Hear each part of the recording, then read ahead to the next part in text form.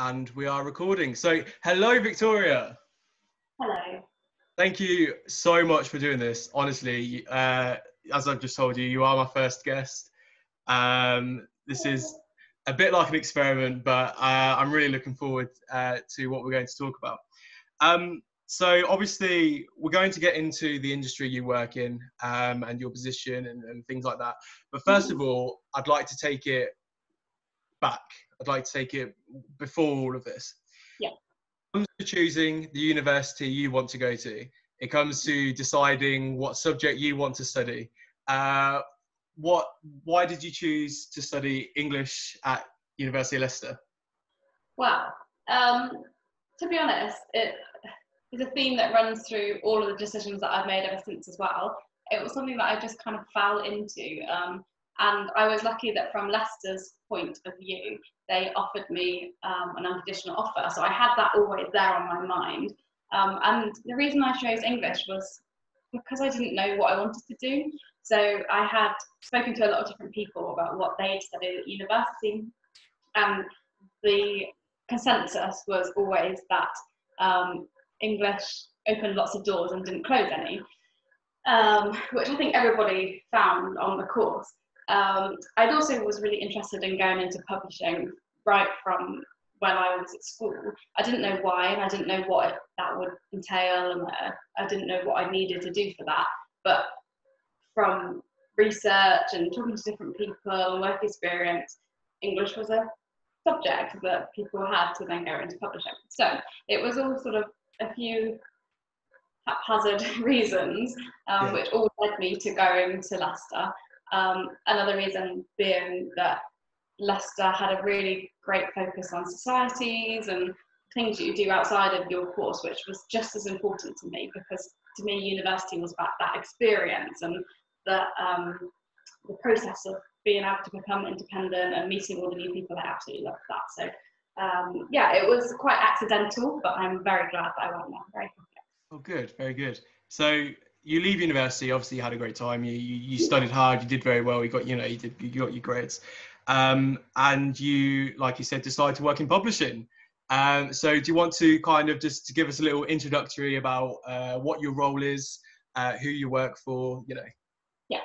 So as a bit of background, so I left university and I immediately started applying for jobs which were in the publishing industry, working for all different companies.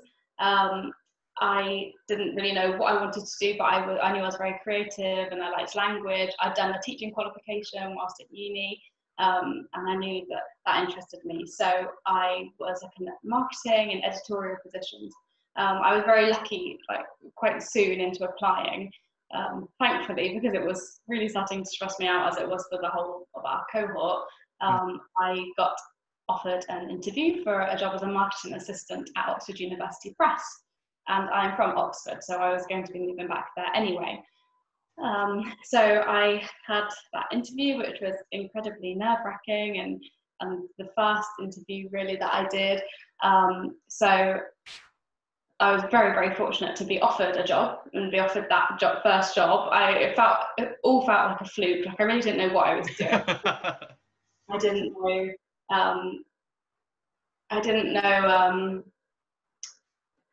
really what I actually wanted to do and whether that I'd actually enjoy it. So my actual role was, which I didn't realise, another thing, was going to be working on online products in publishing, which is not something that people really think is part of publishing. You think of trade and you think of books, and I was working on Oxford University Press's online versions. So for example, their very short introduction series of books, they would put that all onto an online platform, and then I'd be marketing all of those amazing products to libraries around the world, mostly at universities, but I worked a lot with public libraries as well in the UK. I really, really enjoyed that. I did that for nearly a year, just under a year. And then OUP, Oxford University Press, had acquired a company in London, a really small edtech company called Epigeum, which I'd heard about, and I knew it was also business-to-business marketing. So it was already quite similar to what I was doing. And a promotion came up in that company, and they only had 3 people working there in marketing, so they wouldn't come around very often. And I thought, oh, it's too much of a opportunity to miss, even though it would mean moving to London and it would mean a lot of uncertainty. I thought, oh well, it's not going to come around very often, and that seems like the thing that I'm destined to do. So I applied there, and I was very, very lucky to get that job as well. And then I've been working there as a marketing executive for just under a year. So it's been about 2 years now that I have been working for Oxford University Press, but I have made lots of different friends and in the industry, working at all different companies. And yeah, I really love what I do. It's a series of big steps. You know, you've gone through university, already moving away from home. You come out of university, you go back to Oxford, obviously where you're from, and then almost, you know, very, very soon, you're then thrown back to move again down to London. You know, it's a series of big steps. How did you find that? Well, I think the important thing, I mean, the most essential thing is that you have to take risks, and especially when you're young. I mean, it's a bit of a cliche, but where a lot of people will choose to go traveling, or choose to do further study, for example, because you can when you're that age, you have to do that. Similarly with big risks, when you don't have any attachments anywhere. Like, I've made friends in all these different, like living places, Leicester, Oxford, etc. But I knew that I could always see those people, but needed to take choices for my own life. And obviously with publishing, it's very London-centric anyway. So if I wanted to continue that as my career, looking for the long term, that is the place to be anyway. But yeah, it was very frightening, and I definitely didn't know if it was definitely what I wanted to do. I didn't, throughout all of these different steps, I had no idea what I was doing. Like, I was just faking it till I make it. Like, you really don't know. I was quite out of my depth the whole time, like moving on so quickly. I'm still really young. Like, I always, all the time, I'm surrounded by people in my company who are a lot older than me, and I always have, when I'm asked my age, have to sort of think for a second and think, oh yeah, no, I'm not that age, because I sort of went and did it straight away. So it is, those things are always a risk, and I would just say that the majority of the time they pay off, and if they don't, then you'll have learned something from it anyway. I think what you were talking about there is that kind of imposter syndrome kind of thing. I think lots of different people who leave university in lots of different industries will feel the exact same thing, because there is that kind of anxiety for graduates, you know, as soon as they leave university and join these companies. So I'm very happy, you know, you've addressed that there, you know. I suppose one thing that really helped me was that I've always acted. I went to theatre school when I was a kid, and when at university I was part of the theatre society. So that's something that I've always really enjoyed, and without a doubt, obviously that helps your confidence, but it also helps you to be the person that you want to be until you actually look around 6 months later and realise you are that person.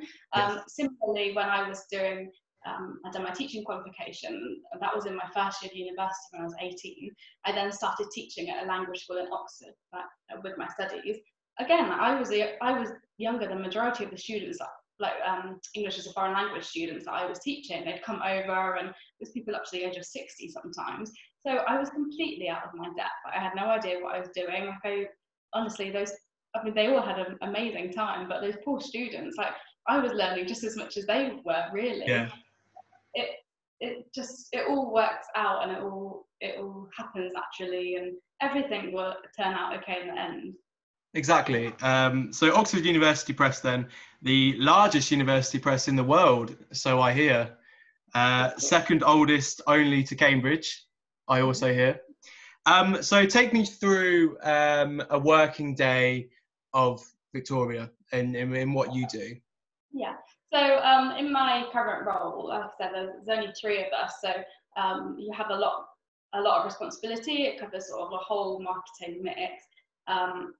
So you can go from things like starting the day where you're working out what to post on social media and do all that digital marketing side of things, and supporting sales, and if they ever need help with maybe like proofing copy or like a material that would help in their conversations, and then that ranges all the way through to then planning really long-term campaigns for a product that is launching. So we market, publish online courses to help higher education institutions.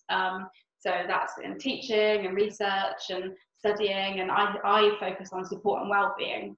So, for example, we have a sexual consent training course, which is offered at universities as part of their initiatives around consent and supporting their students. So I will plan really long-term campaigns for those products as well. And it really is a whole mixture. Everything that you could think of in a marketing job, I will do and I'll have a hand in. But I also have a lot of autonomy with pursuing the things that I am interested in. So, for example, the design side of things, I've kind of taught myself to use the Adobe suite and to design my own different materials to help sales, to like planning different webinars and going to conferences. Like, there really is a whole mixture of things. No day is the same, and I love that because I wasn't sure if I would be the office person. Turns out I am, but when you have something to do different every single day. Yeah, of course. So what do you enjoy most about the industry that you work in?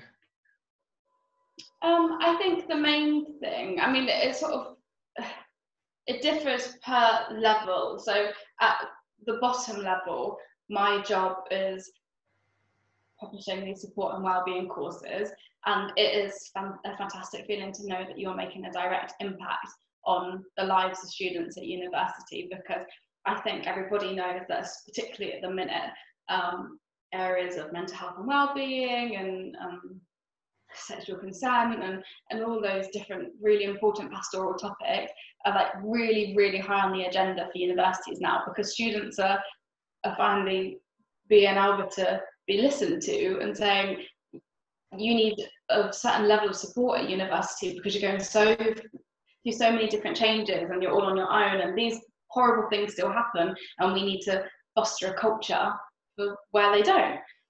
So it is really, really amazing to be able to know that I'm making a direct impact with getting the message out there for our courses. And then on a higher level for Oxford University Press in general, it's amazing to be contributing to education and research, and I feel like I have a really strong connection to that because of only recently leaving university. Though I didn't want to do further education, I love that I can still contribute to that in my job as well. I mean, OUP has some amazing products and they help so many people around the world. It's not just about your scholars at Oxford University, it's about helping students in a developing country where they can't afford to buy a textbook. So OUP will help them to get those at schools and things. So yeah, it's lovely to be able to contribute to education in that way. Publishing in general, I don't know, I just love it. I absolutely love books. I love reading. That's why I did an English degree. Like all the normal cliches for why someone would go into publishing or love reading. Yeah, it's a passion, and I feel very, very lucky to be able to do something that I enjoy every day and also that I feel passionate about. Yeah, it sounds incredibly rewarding what you do. And it's not a life-changing job, and we're not saving lives directly, and we're not key workers in this whole situation that's going on, but you're still making a difference to people's lives all around the world. And as long as you feel like in your sphere that you're making a difference and making a positive impact, that's what's important. Not everybody can be the prime minister of a country. Of course. And if it's something that you love doing, you know, it makes it all the more rewarding. Not only are you helping people, you're doing something that, you know, like you say, you enjoy doing and you love doing it. Yeah. Let's move into kind of the challenges that publishing kind of faces at the moment. I have a stat here. In the UK alone, 2009, 330 million books were sold, copies of books in bookseller stores. This number radically decreases in 2018 to 190 million. Now, of course, we're moving now into a society where ebooks are becoming very popular, and we're moving into online sources and stuff. How does this affect the kind of the industry that you're in? And are there things you are doing to kind of overcome these challenges that physical books just aren't selling as much as they used to?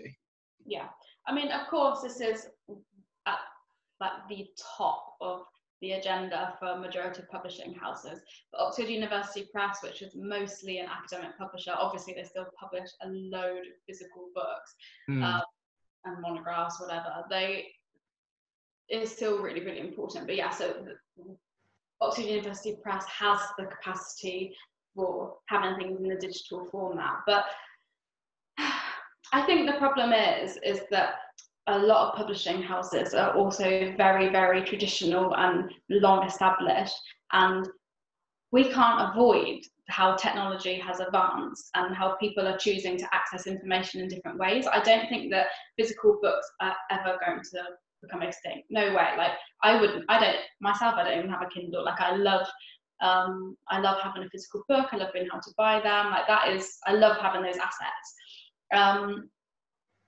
I think that on a larger scale for these publishing houses, I think books are going to become more of a treasure. So it's kind of going to go full circle to how when books were first invented and first printed on a large scale, when it was like, well, at the time it was about how much wealth you had and whether you were able to afford books and afford to buy plays, all those different things.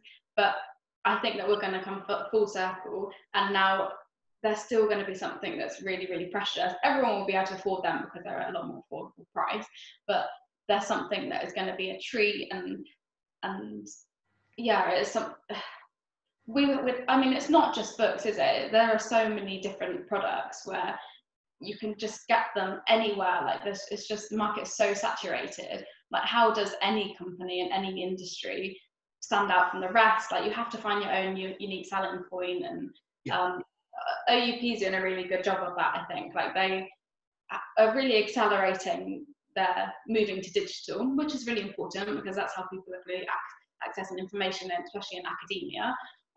But also they're working out how they can still make those the printing of books sustainable for them, because there's always going to be people who want it. Same as like, so we also print a lot of sheet music. I mean that is something which some people want digitally, majority want in person, like they want a physical copy. So habits will change and companies have to adapt with that, sure, but you also have to create your own need for the first product. Yeah, of course. No, that makes complete sense. And very much like you, I am the same in that I don't think I'll ever go to ebooks. The feeling of having the book in your hand and is, you know, I love it, and I love collecting books and trying to have a library. Me too. And it's hard for me to speak, obviously. I mean, I'm only a marketing executive. It's hard for me to speak for a whole company, let alone a whole industry. Of course. I do have a lot of opinions, of course, about all the different issues. And from a professional side of view, like when I was looking at my career, I did choose to go into digital publishing, and I've chosen to stay in that because it is the future. And I don't know, like right now especially, I'd be very wary about working in print publishing because you don't know what the future for that is. So from a professional side, I have very different opinions to what I, as a consumer, what I Yes, of course, yeah. want the world to be. Yes, of course, yeah.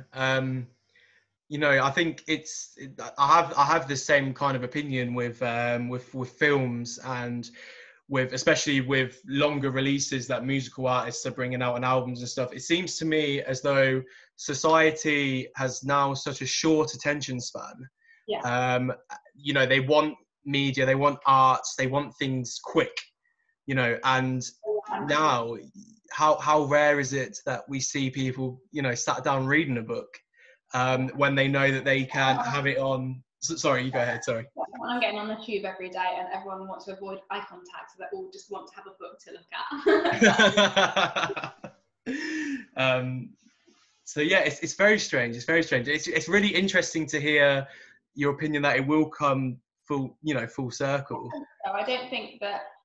I don't think they're ever gonna become extinct. I don't think there's ever gonna be like that much of a lack of need that publishing houses won't be able to survive. I don't believe that at all. It's just that they need to work on, and this is where it's interesting to me, they need to work on marketing their products and marketing their brand, so that customers have a brand loyalty as well. So for example, I love Penguin, for example. I love Penguin Random House. I love the brand. Like, I have memorabilia in my room. Like it extends beyond the books that they publish because they've got that brand, the amazing brand, and I'm really loyal to it. Like I love it, and I'd choose to buy one of their books over another publishing house, for example. Like that's just one example, but I think that's really going to be really important. And again, working for Oxford University Press, they're really well established. Like you say, like they're the biggest publishing house in the world, and everybody knows them. They're so prestigious, and so they fortunately have that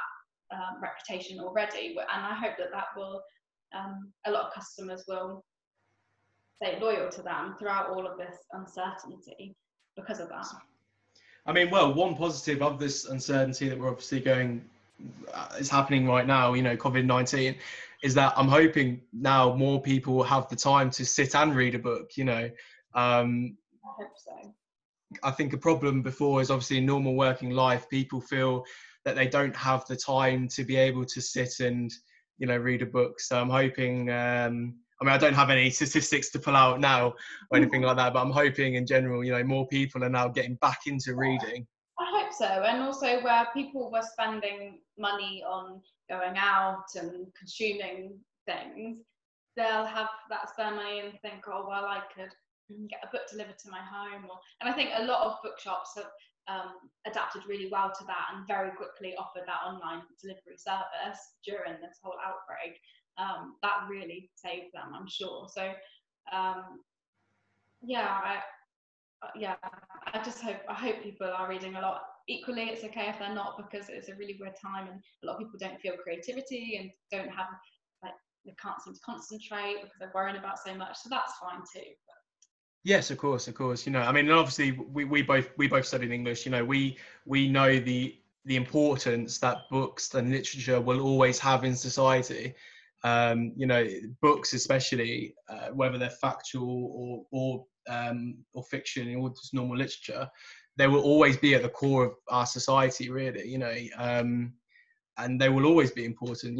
I agree in many ways with you and what you're saying, that I don't think they will ever become extinct. No.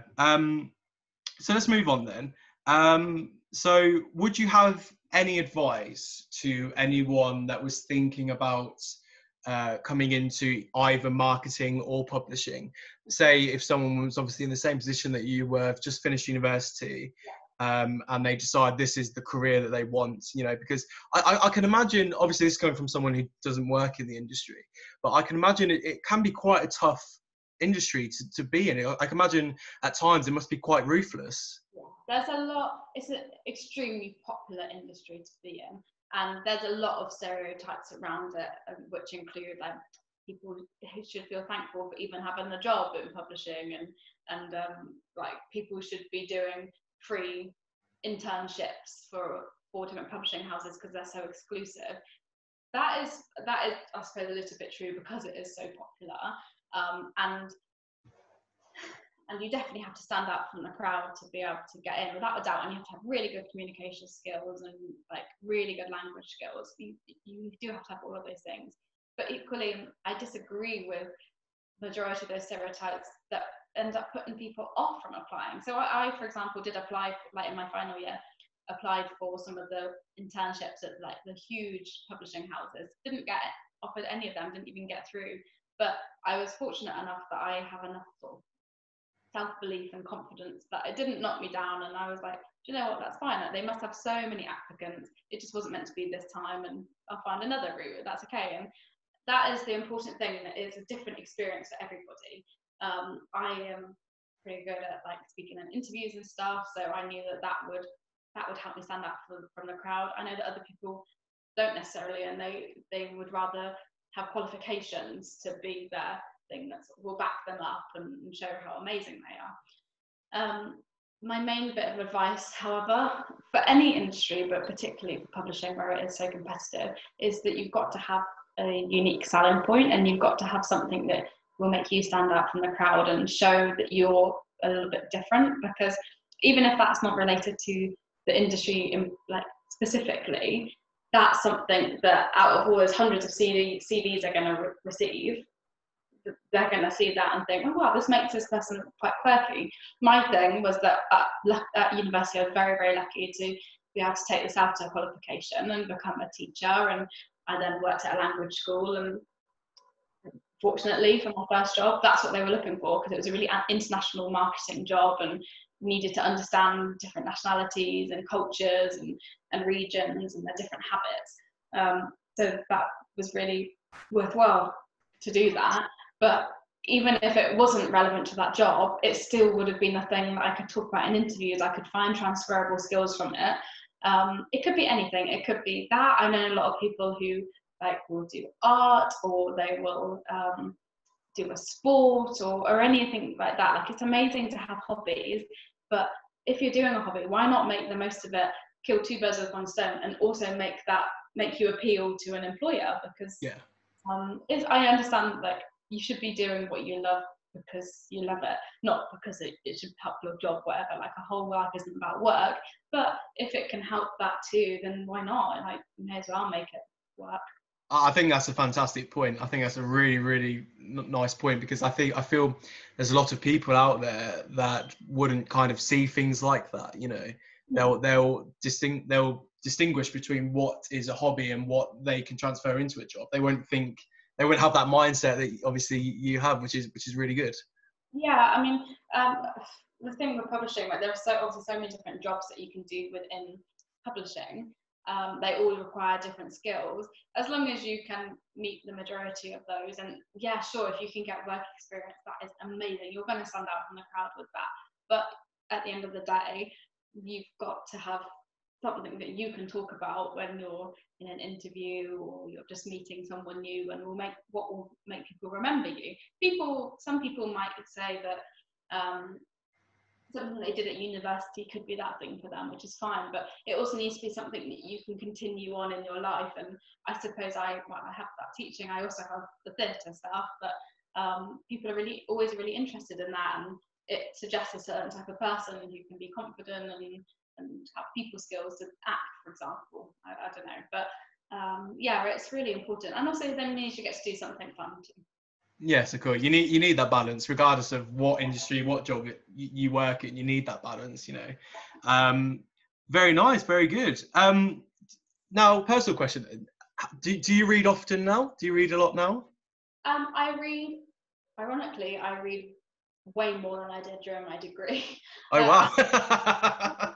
Like, I read in my degree, but I read in a way that, like, it was for my work. Like, I came to not really enjoy reading around a topic or reading around the book that was on the curriculum, for example.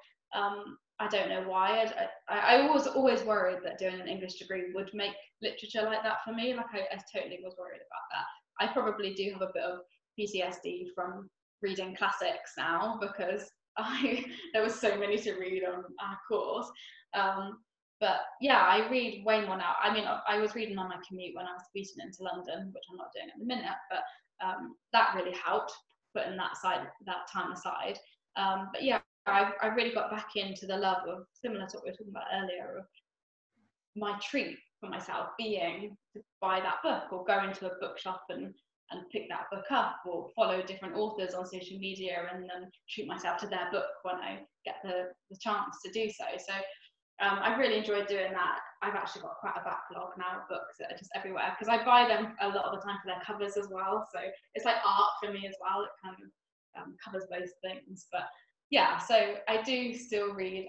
I wish I could always read more. Like, I have friends and colleagues who read like 100 books a year, which is crazy. Wow. What, really? I wish I could do that, but I'm not quite there yet. I'm not quite. Yeah. I still love playing Candy Crush. Would you say that reading a lot really kind of benefits your role within the company, would you say? Yeah, definitely. It's really interesting that everyone at my, I mean, I'm sure this is true throughout publishing, but everyone at my company loves reading. Like, the main thing that we talk about in our spare time is what books we're reading at the moment. We created, like my colleague created a shared shelf in our office so that we could put our favourite books in there and share them, and they all really love it. So that clearly shows that it's a skill. You learn things from reading that help jobs in publishing, because they all do it and they're all really good at their jobs. So yes, I'm sure language skills, it really helps, because you can always be learning. Like obviously as children, we learn most words from when you're reading a book. You don't sit and read the dictionary, like you learn them from an actual, like, authentic sentence, and then you pull it out to use yourself. And I'm sure you do that still as an adult. Like, there's still a lot of words that I don't know what they mean, or certainly how to pronounce them. So yeah, definitely helpful for my job. And also it's nice to be keep in touch with what's going on with the rest of the industry. So if there's a new publication, for example, I can see all these publishing houses and publishing professionals posting about this book and about this launch, and you want to be involved in that. So yeah, that definitely helps. Oh, fantastic. So yeah, now another personal question. Is there a piece of literature, fiction, non-fiction, could you give me a book that you feel has impacted you in some sort of way?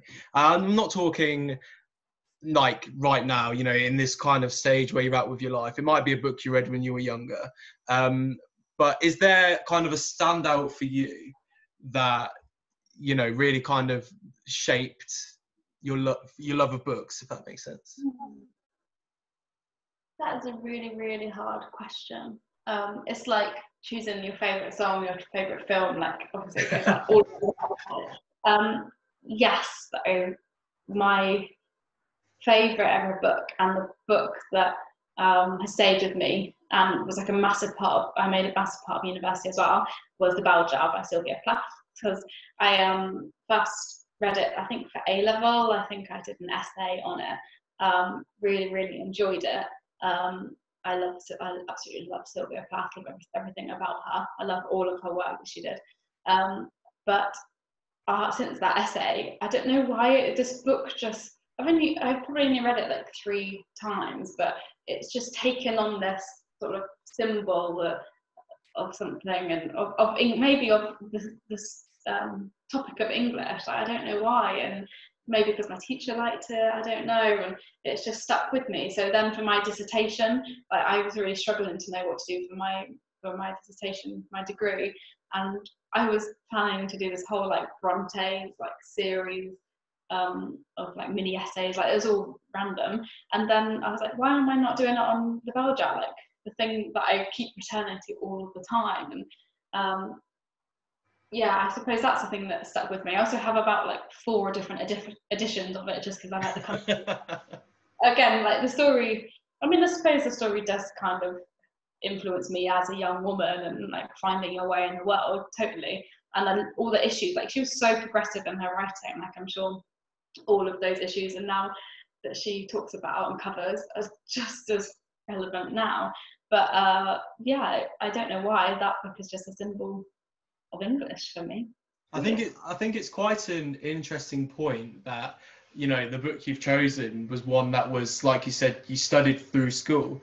Because I personally wasn't expecting that. I was expecting you to say that you found some book, you know, so outside of sort of an education setting.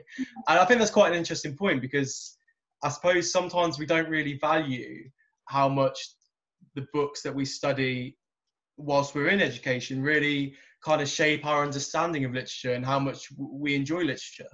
Yeah, there's definitely those stereotypes of like everyone has these horrible memories of studying Of Mice and Men, and they never want to hear anything. Yeah.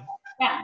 But then there's ones where I studied Franklin. I mean, it's totally down to a teacher as well. Didn't everybody have an English teacher that they were like really inspired by and absolutely loved, and you loved the books because they did? So, for example, I watched N.T. Lyle's Frankenstein this week, and I studied that at A level as well, and I loved watching it because it reminded me of when I studied it, and that was a really good time. So, yeah, that is super interesting. Equally, I think that it can go the other way, and like a lot of the books that I studied on my degree, I just wasn't interested in at all, and I think that's fine. Like you're not meant to like every single book in the whole world and every genre. Like I did my whole degree waiting for the last term of third year where I could finally study modern literature, and I could look at the 60s, and I could do all of those things. So I waited all the way through university for that time. So yeah. I mean, English is a great subject, and everyone always says, "Oh, it's easy and like anybody could do it," but that's true. But most people that study it have a great passion for it as well. Yeah, no, I agree, and I definitely wouldn't say it's easy having having studied. Like a lot of people go like, "Oh, well, you do English and geography or something if you don't want to do proper subject." It's not true. Like actually, English was super hard. You had so much independence and had to manage all of your time because you had like 5 contact hours a week, and then you were supposed to write an essay. Yeah, but again, see, this is another interesting point that I didn't think we were going to touch on actually, but I'm glad it got brought up. It's kind of stigma around, studying an English degree, as opposed to going into a field like, say, engineering or maths or science. It's a very interesting kind of point that never seems to go away. I personally, obviously I did 4 years at the university, and the kind of the stigma followed all the way through every single year. You always had people saying, "Oh, you study English. Oh, that's not a real degree." You're basically being used to fund my. Yeah. Oh my God, that was the worst one. That was the worst one. We have a lab, so what are you paying for? No, it's very interesting. I'd wonder where it's come from. I wonder where this stigma's come from, because, if you look back, centuries ago, having a great understanding of literature was seen to be the thing in society, to be that academic. It was such a prestigious subject, like you say, like the top scholars at Oxbridge were studying English and studying literature and then writing their own literature as well. Like, I really don't know where that has come from. I suppose it's something that starts at school, maybe, like have that view of it whilst at school, or however they were taught or something. But yeah, it's a real shame. But I agree with you. Like a lot of the time, I've actually felt embarrassed saying that. Oh yeah, well, I studied English because I wasn't clever enough to do engineering or something like that. But it was a really, really valuable degree, and you have to be really good at the language of English as well. Like you have to be. I cannot like put across my admiration for the people on our course that were international students and were writing in their second language, because I found it hard to write in my own language. Yeah, I think you're right. It's a really weird stigma, and I'd like that. I have the same thing for marketing, right? So in my job, like there's that same stigma of like, well, anyone could do that. Like it's not a critical part of the business, and like, well, yeah, what do you really add? Like, what do you really do that no one else could do? It's exactly the same thing, and I really would like those negative stigmas to go away, because they don't help anybody, do they? No, of course not. No, of course not. And everyone's suited to different things. Everyone's on very different paths, and what an interesting chat. Thank you so much. I'm just going to ask you one last thing now. Is there anything in terms of literature that you'd like to recommend to anyone that might be either listening to us or reading what I'm going to obviously put up alongside this video? Is there anything out there that you'd like to recommend that you don't think has enough attention? That's a good question. I suppose what I would recommend? Actually, what I would recommend is some of the best books that I've ever read have been recommendations from other people. And I think a lot of the time people stick to what they know within when they're reading. And I'm guilty of it too, right? I will only read like the newest ever publications. And if something's set like more than 5 years ago, I'm like, well, it's not relevant to me. Like, why would I read that? I'm really guilty of that. Yet it's all of the people, and I have this at work at the minute because they all read so many amazing books and suggest them. It's all of those people that have influenced me to read the most amazing different novels, and you learn about all different parts of the world and all different times as well, and all different writing styles. And yeah, that's what I'd recommend is listen to other people. And it's so nice to be able to have a discussion with somebody about a book. And if you're always reading books that no one else around you has ever read, then it almost feels like it's not worth it in a way. Like one of my favourite parts of discussing a book is once I've read it, and I can have my opinion on it. So yeah, and I'm sure many people feel the same way. You know, once they've read a book, it's kind of exciting. You know, usually when you finish something, you feel quite sad. But I find with literature, and it's the same with other art forms of film and music and stuff, especially with music for myself personally. Once you've listened to a project, it's exciting to then have an opinion and then try to want to talk to someone else about it. You know. And I'm guilty, to be honest, of not taking my own advice. So I'm not part of any book clubs or anything. When I found it quite hard to be told, like, you must read this book and this time, and then we'll have this formal discussion about it. But actually, I think that that's a lovely thing to be able to do, and lovely to be able to put your opinions across. And it's like having a university seminar, but like in real life. Like it's Lovely. really cool. So yeah, I would definitely recommend just talking about things, taking people's recommendations and discussing the books with them. And yeah, a lot of the time when you read, you feel like it's personal to you and you don't want to share it with anybody. I get that, but it's really nice to be able to as well.